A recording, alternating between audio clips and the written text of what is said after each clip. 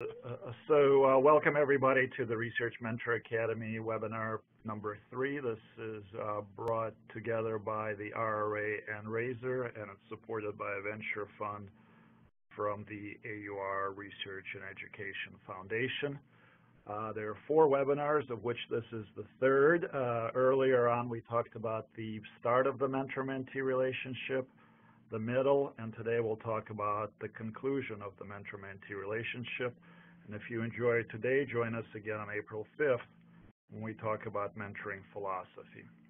In addition to these 4 webinars, we will hold a workshop at the AUR annual meeting, which will be a 4-hour workshop broken into 2 separate days of 2 hours each.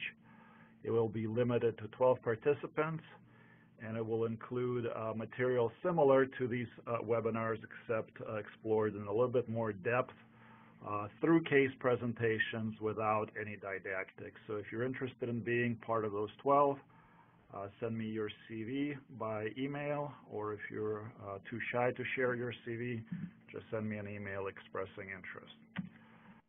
So the goals of these webinars is to focus just on the mentor side of the relationship mainly, because that's the one that we can mostly affect as mentors.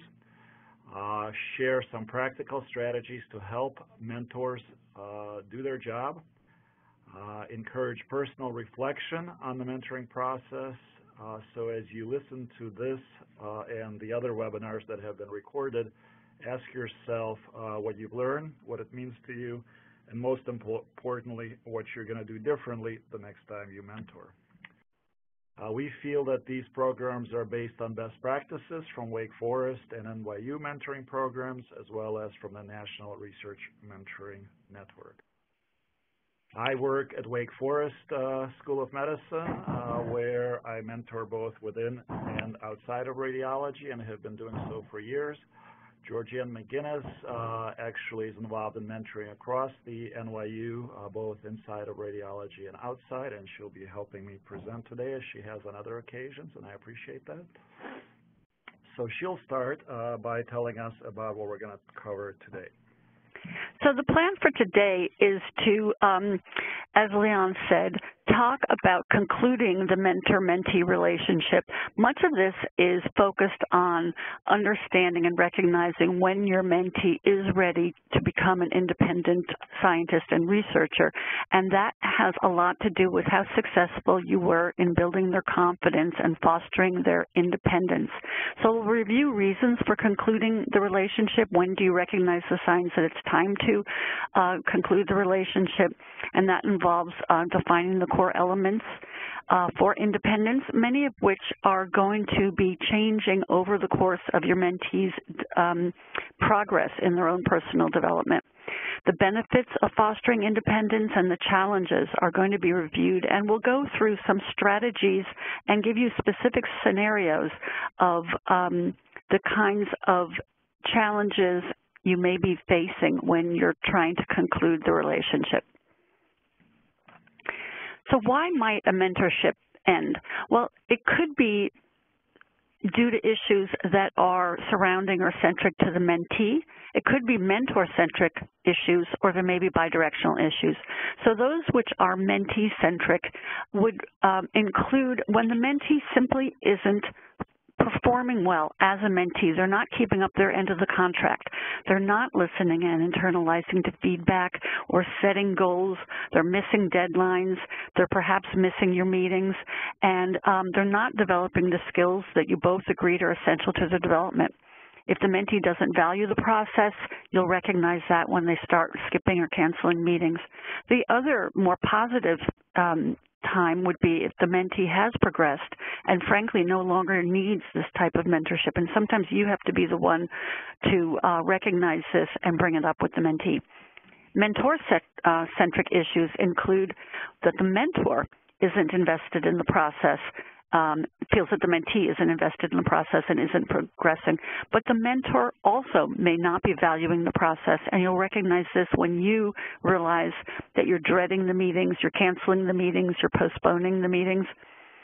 There also may legitimately be, as a mentor, times when your availability to perform this important function has changed. It may be due to personal situations at home or elsewhere in your life, or it may be because your job has changed, your job has expanded, your job description has changed. These are all legitimate reasons. Or you may feel as a mentor that your mentee, because of the different directions or the way they've developed, would be better served with another mentor who could provide them with different skills and exposures and opportunities and connections. So these are all mentor-centric issues. And then finally, sometimes the chemistry is just off. Much as we try to set up mentoring dyads where people mesh and work nicely together, sometimes there's personality clashes, in which case nobody is enjoying the process. And in that situation, one or both people want out, and it is fine to move on. So the endings, we're going to describe them as an overview as the good, the bad, and the ugly. And there was a very famous Clint Eastwood movie by that title.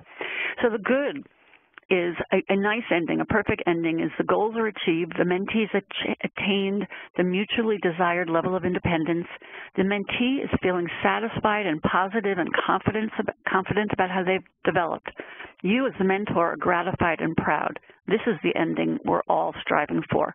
But a bad ending can happen, and that will be when the mentee hasn't achieved the desired goals or developed as well as you both think they should have, in which case the mentee isn't ready for independence, and you will feel, as a mentor, a sense of failure, or you might feel that. And frankly, the mentee's success in this setting is ambiguous.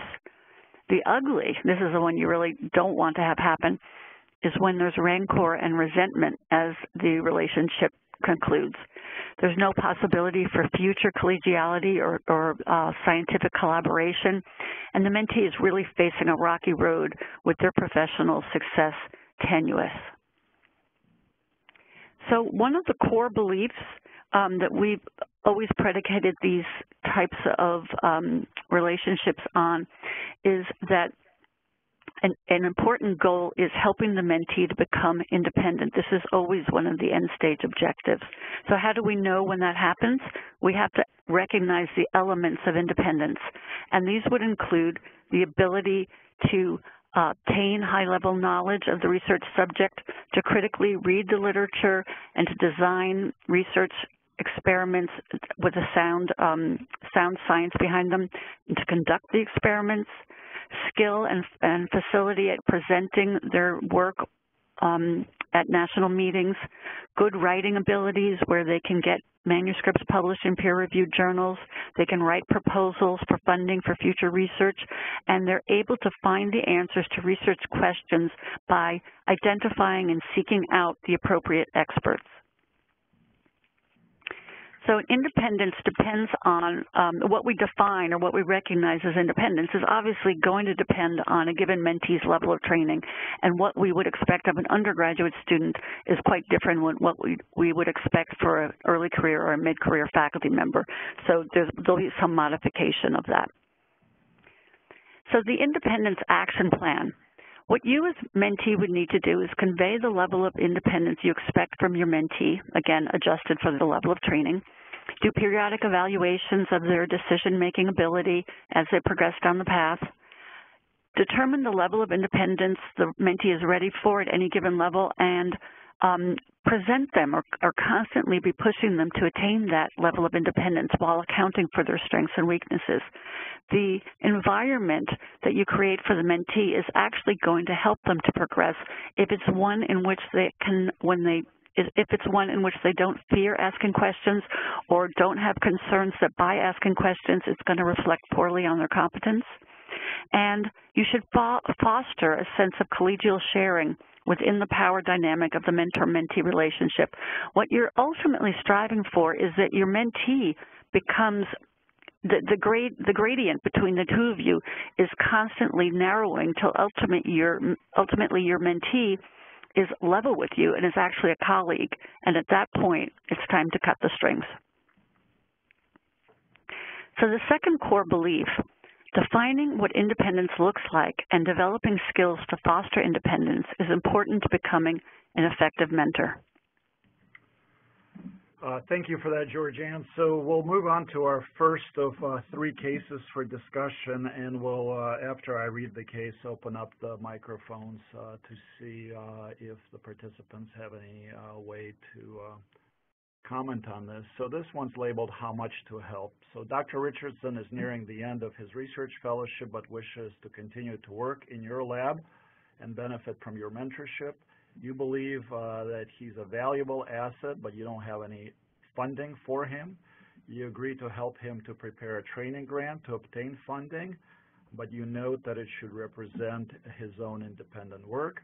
When you get the draft of the grant, you're concerned that the ideas are solid, but the research plan is flawed and is not very well written. You have an interest of the grant succeeding, but you're unsure how to improve the proposal while retaining his independence, and you're concerned that maybe he's not accustomed to criticism because he's been successful to this point, and you don't want to create an obstacle.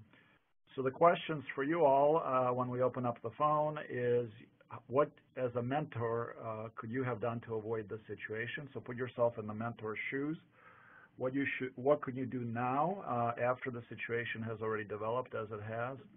And what would independent research be defined as in this case, considering the various flavors of independence that we talked about already?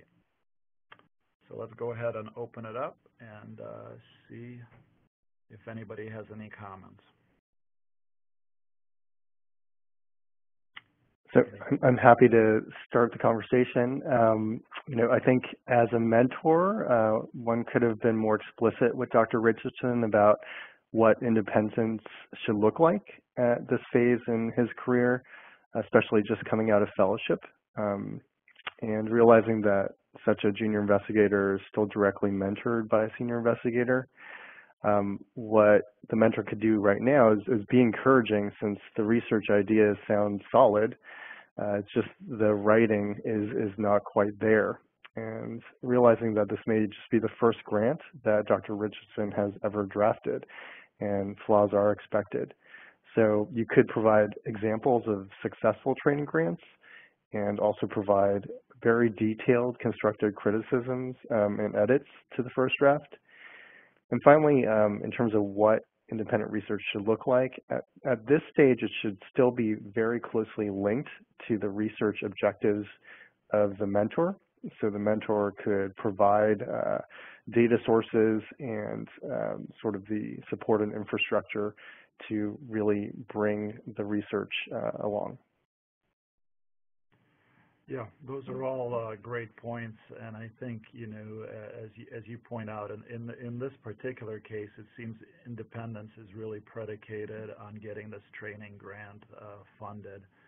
And I love your idea about looking at previous successful training grants, because indeed that's what we do on a routine basis. So I think from a mentor standpoint, it's important not to be frustrated in these kinds of cases, and no one's going to get it right the first time around. And I think this is a good opportunity to have the conversation and not worry so much about how it's going to be received, but instead just make constructive criticisms and say that this is the process that any grant goes through multiple revisions before it gets submitted.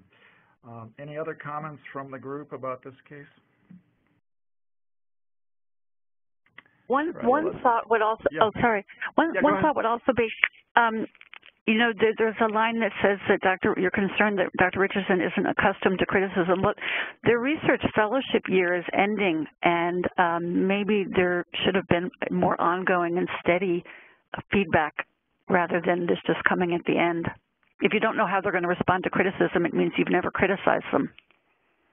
Right, and that's a great point, because that already means that the mentor-mentee relationship was off to not the best start, because it was focused on results in the lab, but it wasn't really focused on the mentor-mentee dynamics and communication. And without that piece, it's really a setup for failure, and those are the kind of things we try to bring your awareness to during these webinars. So Let's move on. So the benefits of fostering independence are fairly straightforward. It affirms your ability as a mentor to be able to bring other people along. It increases capacity in your field of research. It creates many opportunities for potential future collaborations depending on how many successful mentees you have. But there are also challenges about fostering such independence. So it's all mentoring is time-consuming. So anything that you do while you're mentoring potentially takes time away from your own research. You're taking a risk with mentee, just as you do with your own work, that the ideas may not pan out, may not lead to funding, may lead to a dead end.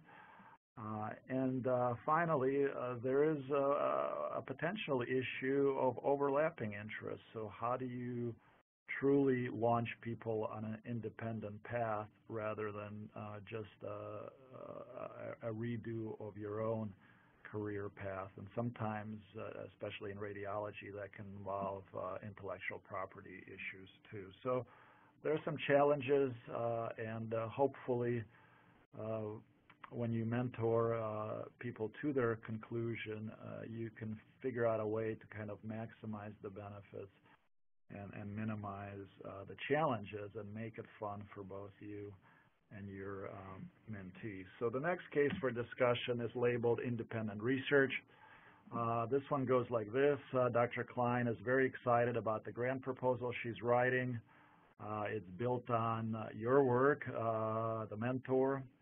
She feels that the proposal clearly describes what the next step in that work is. But when she meets with you, you tell her that maybe you're not quite as enthusiastic as she is, and she is not happy about that. Your main concern really is that it's too closely aligned with what you're doing, and it doesn't really reflect enough independence. You ask her to focus on a slightly different topic to encourage her to be more independent. But you notice that that's not well received. She's frustrated and disappointed, and really is kind of lost on how to proceed. So similar questions as last time.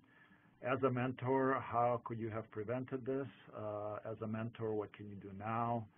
And in a setting of collaborative research, which is becoming increasingly more common even within radiology, how do you define independence when you're frequently working with people outside your specialty? So let's open up the lines one more time and see if we can get any volunteers to comment about this case.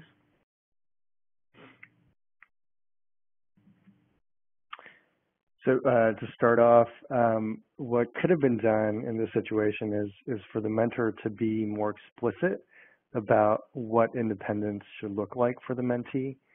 Could have been more clear about what the mentor's own research objectives are and what grants are already either funded or submitted, and then guide the mentee to develop her own aims that are somewhat related but not completely the same as the existing aims, which it sounds like they are in this case.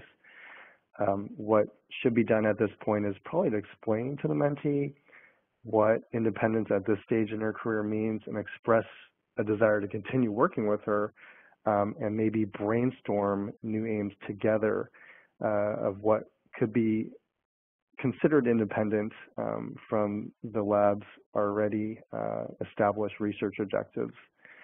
In terms of independence in collaborative research era, I think, again, it comes down to communication and ensuring that collaborators are not offended or feel like their ideas are being taken by another collaborator.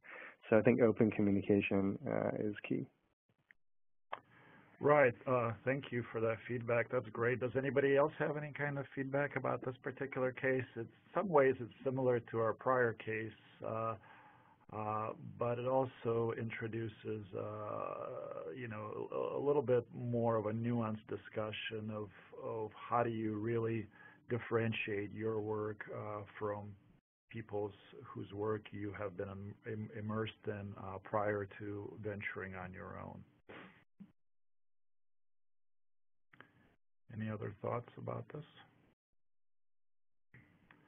I like the point that you made about specific aims. So one of the ways that this could have been prevented is typically, when you prepare these proposals, you write the specific aims first and you share those. So even before it goes into a full proposal, there would have been plenty of opportunities to see if the aims are different from the parent grant or from the mentor's work, and this would have been a great time to redirect it further away, because clearly where the mentee and mentor disagree here is how much distance there should be between them two in terms of the research aims, and that would have been a great time to sort it out before a full proposal was written.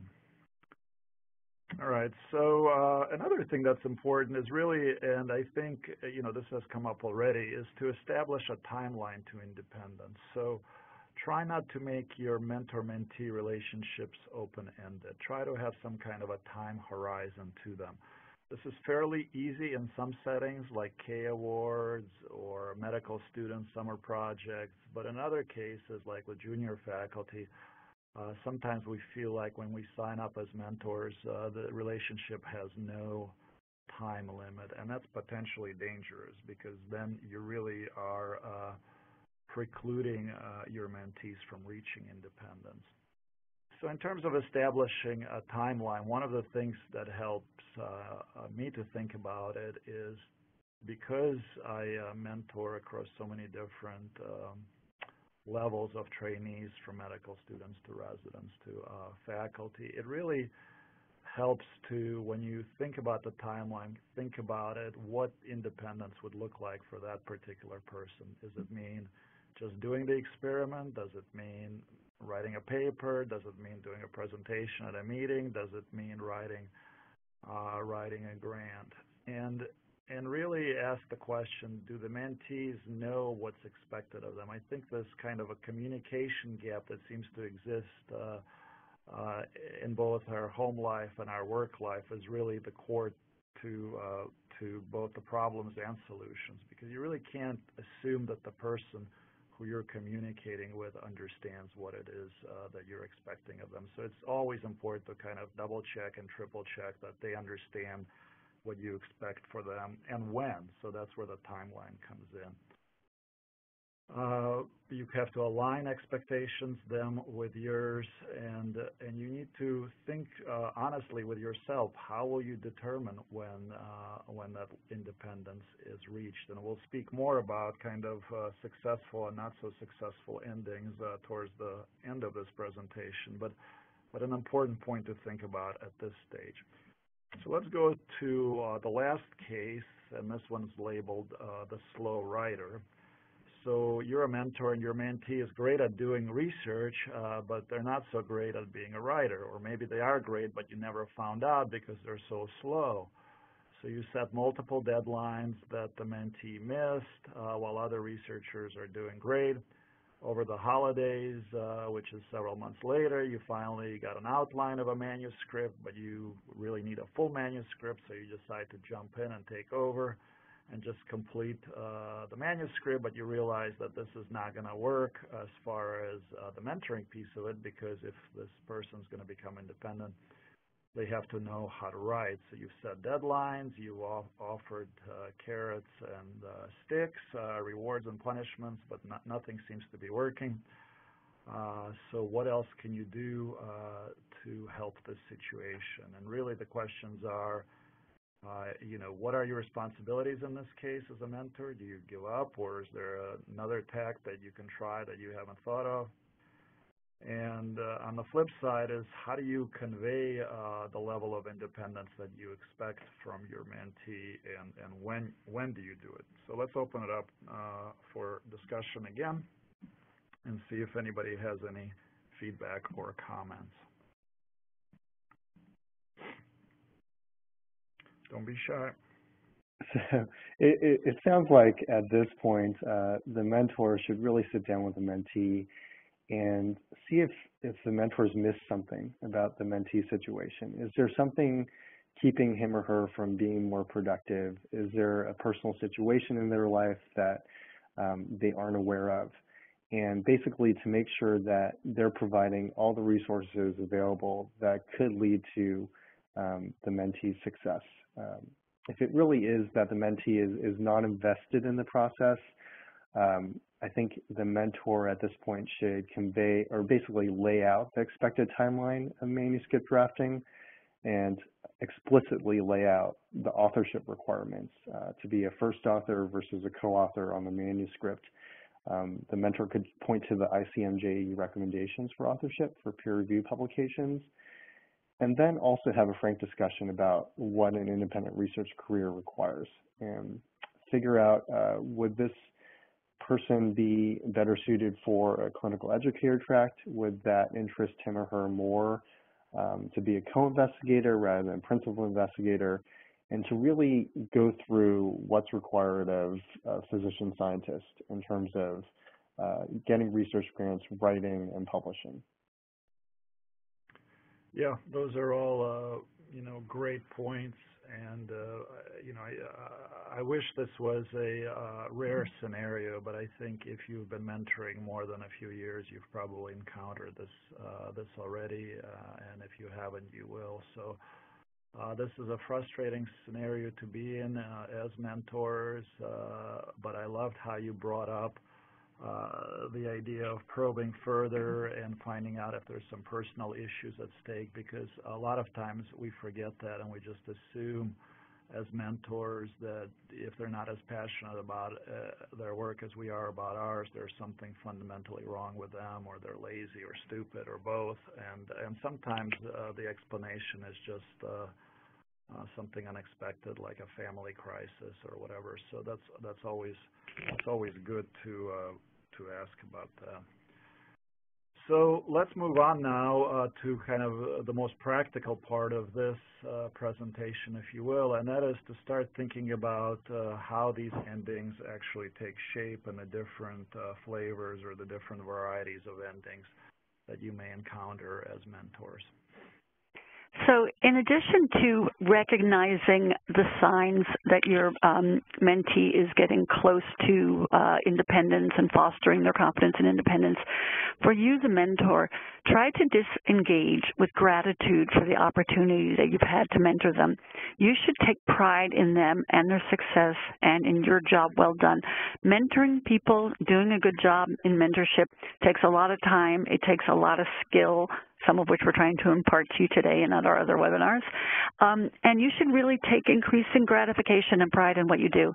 In terms of the mentee, convince some of your confidence in them. And in this setting, in this ending, I'm calling this the mentee graduate. This is really the person who has developed as you would have liked for them to have done, and you have to let them know that. Sometimes it's easiest to simply tell them this.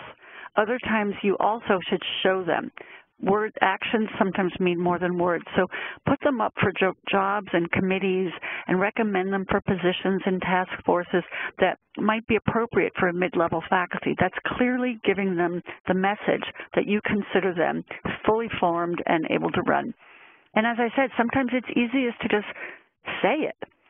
So you could say something like this: given how you've progressed, I wonder if this mentoring is actually the best use of your time.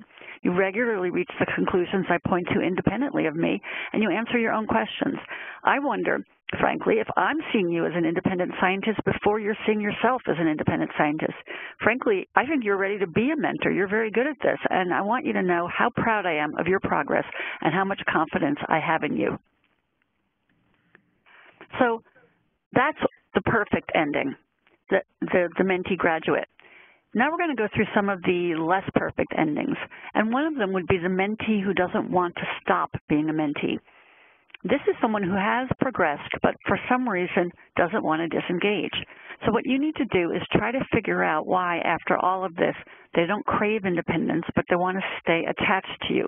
And this I've called the barnacle mentee. In many cases, it's going to be lack of confidence. They just don't feel quite ready, and you've got to convince them that they are. Sometimes they see you as a highly successful person, and they're tight relationship with you as beneficial. Frankly, they feel that they'll benefit from drafting off your success, your ideas, your context, your power, so forth. So you have to explain to them that independence in research is critical to them advancing. Certainly it's critical for their being perceived as an independent scientist, but it's also critical for promotion and as appropriate tenure. When you've explored this topic together, try to create for them a support system that will make them feel comfortable and confident in their new role as an independent researcher. And we're going to talk a little bit about resources for that in a few minutes. Basically, what you're doing is giving them reassurance. You're confident that they can be an independent researcher. You'll always be there for them, but it's going to be as a collaborative colleague, more of an equal, but no longer as a formal mentor. Another ending is the good mentee that you want to pass off. So this is what I would call the gold star mentee. This is someone who's developing very well, but isn't quite ready to stop. They still have some skills or some development to have happen, but they're no longer, it's no longer for whatever reason appropriate that you mentor them. So the pass-off is appropriate if there are diminishing returns for the mentee or possibly for both of you. Many times these are very legitimate and valid. It may be, as I said, that their research interests have veered in a different direction. They may need a different environment. They may need the insights and approach and contacts and experiences that they could get with another mentor. So you also, it may be that you can no longer meet your obligations as a mentor. So what you need to emphasize to them is that the conclusion of a mentorship is not a failed relationship. Circumstances have changed, and you can sit down together and identify how they've changed, how the mentee's needs may have evolved, and come up with a list of potential appropriate new mentors. Now, depending on the situation and depending on the mentee and your sense of how they would respond to this, you may actually present them with an established new mentor, somebody you've already talked to about this pass-off. But this is a little bit risky if the mentee isn't enthusiastic about the person. However, you've already contacted them, so it'll be a little bit awkward if they say, no, I don't really want that person as my mentor. It's just something to think about. The next ending is the good mentee, another very good mentee that you don't want to pass along. And when that happens, when you don't want to either graduate them or pass them along, you have to have some really hard self-reflection and see if you detect any of these sentiments. Confront your own potential for subliminal conflicts of interest. Is your work, your own research, progressing well because of this person's efforts? And will your research suffer if they leave? Are you reluctant? So if that's the case, you have to be really honest with yourself about that. And sometimes, as I said, it might not be actually conscious. Are you reluctant to have them establish an independent branch of research outside of what you're doing? In these settings, you have to ask yourself, are you maintaining the relationship past its due date for your own benefit and to the detriment, potentially, of the mentee? Another thing is, will you suffer if they leave? There's nothing wrong with feeling that. Personal connections are valid and enjoyable, and your reaction is understandable and natural. If this is a person you really enjoy having around, you've enjoyed mentoring them, you like having them in your lab, in your research group, you know, you may not be thrilled to have them moving on, and you need to look hard at that also. And the final thing is, do you feel a little bit possessive of the talents you've developed in this person? You've taken them from one stage and brought them to the next stage. I would call this the Eliza Doolittle mentee syndrome. This is referencing an old musical called My Fair Lady, which is based on an old book called Pygmalion, and probably none of you young people have ever heard of it. But it's the reluctance to launch somebody or give them independence if you feel like, you know, they're kind of your creation. What's the other type of mentee you don't want to pass off? This I would call the hot potato mentee. This is the mentee that you feel isn't receptive to mentorship, isn't progressing, and frankly is wasting your time. And the hard conversation you have to have is it them or is it you? So if it's them, you probably don't want to foist them on a colleague, which is going to be setting your colleague up for the same frustration that you've had. This is the hot potato syndrome. And the conversation you should have with the mentee is a really frank and candid discussion about the fact that they're not keeping up their end of the bargain and they don't seem to be benefiting from the mentorship because they're not meeting any of the goals or deadlines and developing. Some people travel through life without mentors, and you can ask them, is this the kind of person they are? Maybe they're prepared to do so. The other reaction you may get is this might be a wake-up call to the mentee, and it could theoretically be the dawn of a new era of productive mentorship. But you have to be this is another instance where as the mentor you have to listen very carefully, use your emotional intelligence, your EQ, IQ, and read the situation. If it's you, how do you ascertain this? And this is another instance where you have to have potentially a tough conversation. Ask them candidly, do they feel a mentor with a different style would be more effective? And if so, why? Their reasons have to be valid and convincing. They can't just say, yeah, I don't really flourish under your mentorship. I would do better with someone else. They have to be a little bit more detailed and compelling. Be prepared. It may be very hard for the mentee to be honest with you, and it may be very hard for you to hear what they're saying, especially if it's not flattering to you or not what you want to hear. So again, you have to listen very carefully and be very receptive and don't get defensive in response to what the mentee is saying. Thank you, Georgianne. Let's open it up for some questions and comments. So if any of you have seen a barnacle, a gold star, a hot potato, any of these kind of endings with your own mentees, now would be a good time to share that so we can, or if you have any other great names for the endings that we can use in future webinars, that would be awesome too. Any questions or comments or feedback if this rings true or not so true or halfway true? Or don't be shy. Just to make a comment, I think it is really hard to end a mentor-mentee relationship, and I think one of the things I like to do with my mentees is to leave it open and tell them that I'm always going to be there as a career mentor and someone that they could just kind of call up and bounce ideas off of, even if they are moving on to a new mentor. I think that's a great comment, and the fact is, most of the time, or many times, I sort of laugh and I say I'm your mentor for life, because I've had many junior faculty, residents, fellows that I mentor that go to other institutions or across the country, and they still call me up to talk about things, and it's a very gratifying, warm, and rewarding relationship, and these really can be for life, in a good way. Right. All right, well, let's talk about some not so great ways to end, and that is the pitfalls about ending things. Yeah, so the ending process, here's some of the pitfalls or things that you want to avoid. Burning bridges. Basically, your ideal would be that you and the mentee will part amicably with mutual high regard and warmth and collegiality, and you'll be colleagues going forward. So you don't want to burn bridges. But bear in mind that the conclusion of even an unsuccessful mentorship needn't be acrimonious. This person may be hired as faculty in your department, and you're going to spend the rest of your professional career with them having an office down the hall.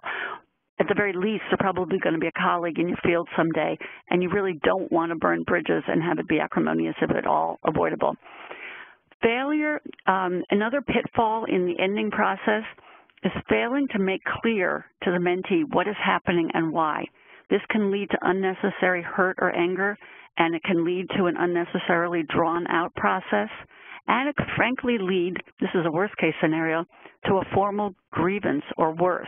So these conversations are hard, but you really have to be clear, and it's not a bad idea to document in writing to yourself, a note to self, the summary of the conversation, when and where you had it, what was said, what the mentee said, to sort of acknowledge that they understood it.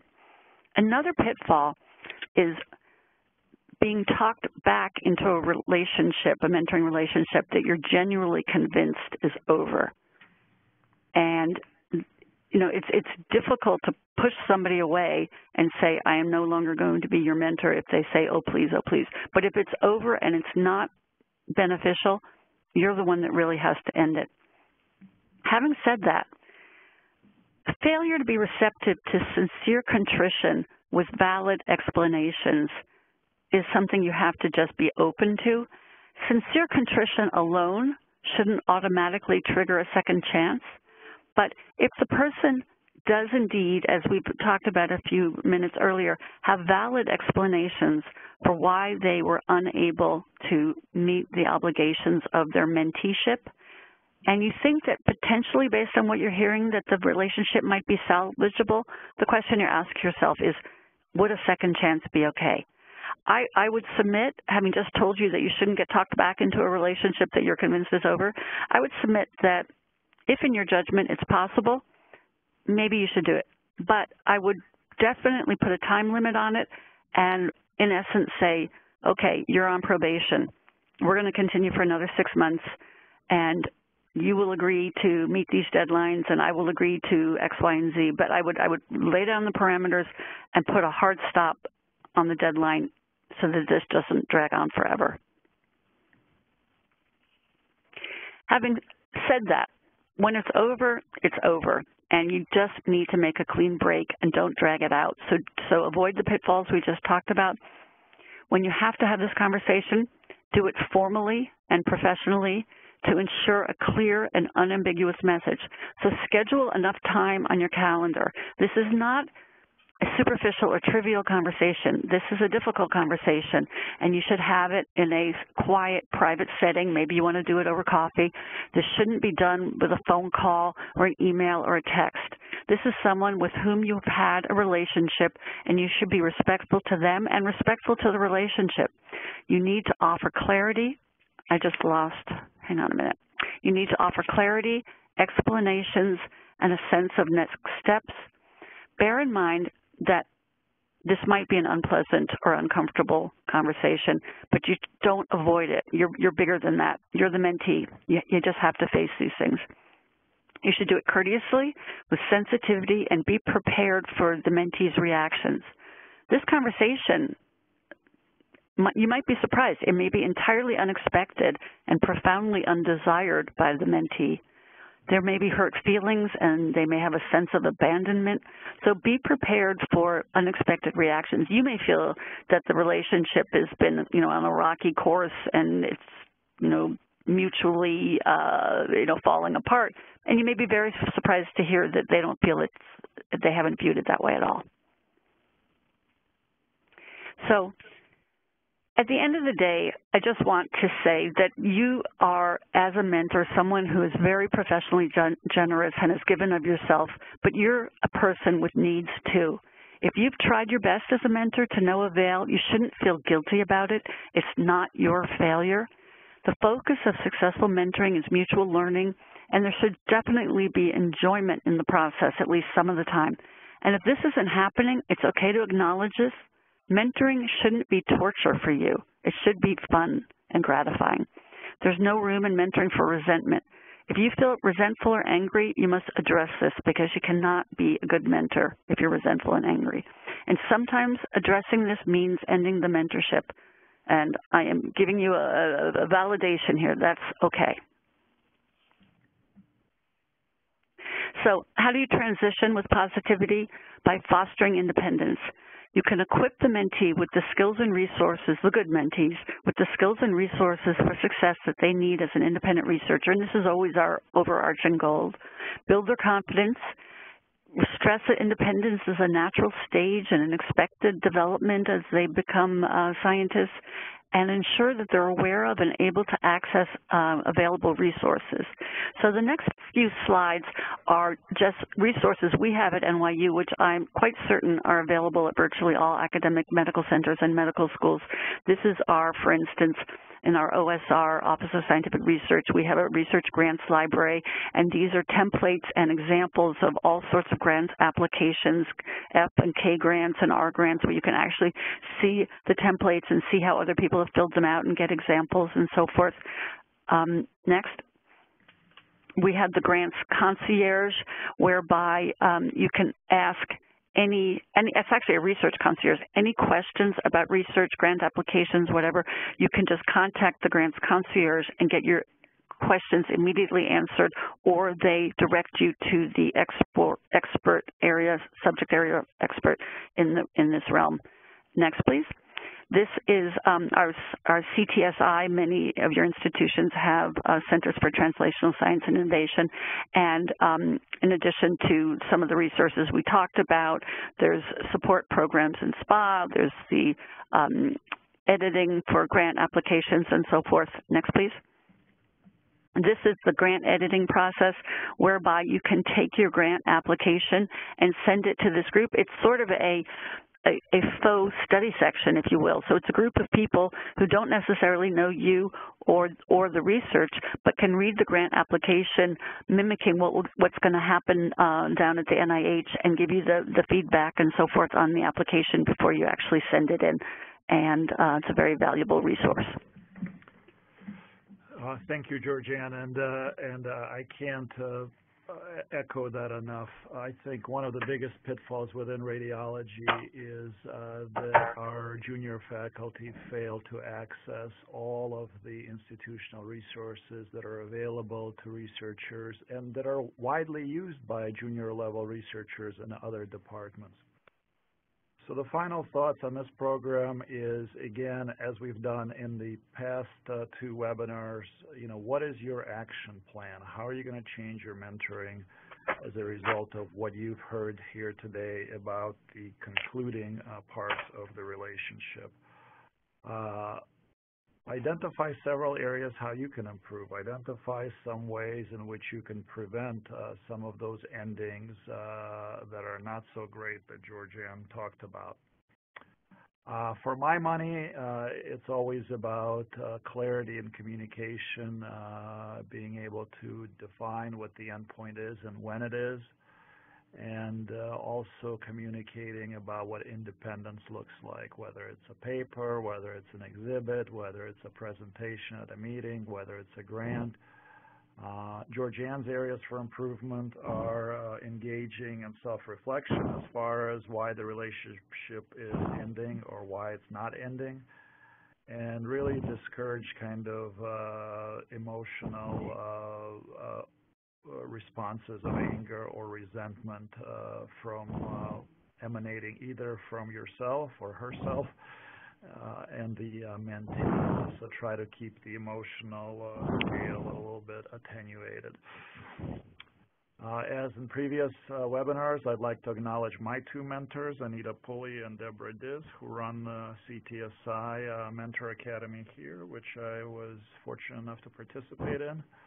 And before we break to further discussion, I just want to remind you that we are going to have this live session on May 7th and May 9th at the AUR annual meeting. So if you do want to engage in this process, don't be shy. Send me your information because we can only, it's a small room, so we can only take 12 participants, and Georgianne and I will be there to moderate.